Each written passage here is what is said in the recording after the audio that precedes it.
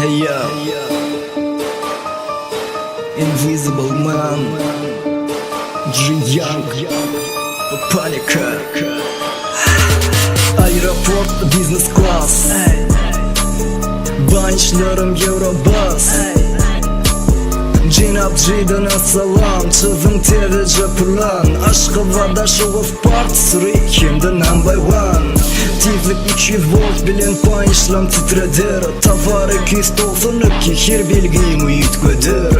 Panikadır, kaktırmamı çek özüme. Benim her var payıncımı havray verifin özüne. Daşa guzmari Balkan enzle bak, Türkmenistan is a capital of Aşkabat. Benim pançlarım yalı, bu rapperlam fanı köprüm. Bana hayiş edip panç yazar ellerimden öp. Şükür yaxşı. Dostum bana bağışlamasına oturmak yatıp var ya.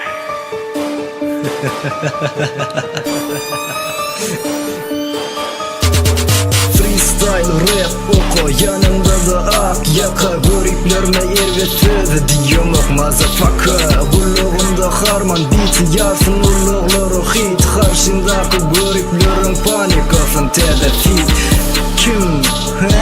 Ayday sen kim? Turgunsun yok korkuları. İştik benim gelinime. Yalvarsanam bolonok. Suyu hatta raplerim. Halipo bolsanam yok direceğime yetligim.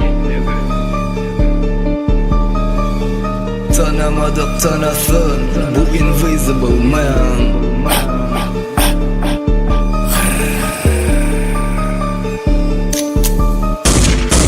Köçürdüm ghetto berde yardımıdan limite. Panikadır uçup olup etmesin bir dereke. Mad style mövcut yali vahşi kellele gepaçi. Tüslü dünyana beynimde aylanıyor hapın yıkaçın. Ma bitch bu Ma bitch bu.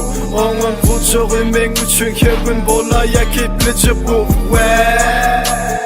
Neme diysem edip dur. Orta varmak yüze gör köz yedi ya sanıdı fu. İstedin menen reklama, düştün önüne sen darbama.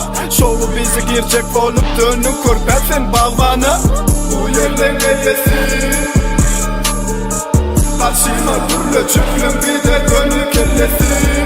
İşte panika